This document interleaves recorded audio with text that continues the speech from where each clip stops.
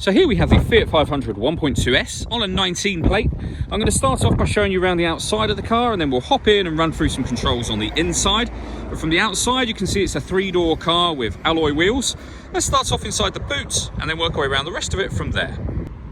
So as we approach the back of the car, you'll see we have reversing sensors, plenty of boot space as well, along with the 50/50 split folding rear seat, should you wish to increase this space even further. Okay, so we're just going to work our way back round to the front of the car, and then we'll hop in and run through some controls on the inside. Now that we've done a full circle of it, you can see it's in excellent condition the whole way round. Just briefly before we climb in, I think it's what we're seeing the interior from this exterior point of view. There's loads to run through on the dashboard, so let's hop in and we'll do that right now.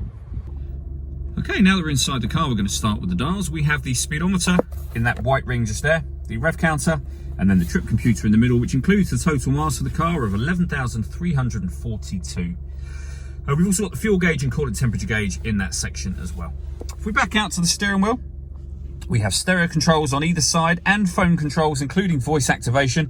That'll work for the phone and also things like asking for particular types of radio, so you could hit that and ask for its tune to DAB for argument's sake, and it will do that for you.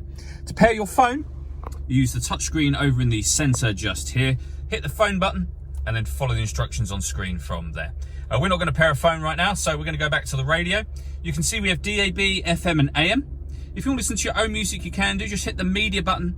Nothing's connected at the moment, so it won't find a device connected, but you can listen to it via USB, and you can also stream your music wirelessly via Bluetooth audio as well. So plenty of ways to listen to your music in this car.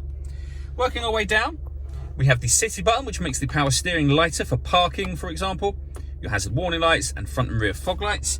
We then have the air conditioning, so you can select the temperature in the car, the fan speed, whether you're bringing in fresh air from outside the car or recirculating air that's in the car, and what direction you'd like the air to be distributed in.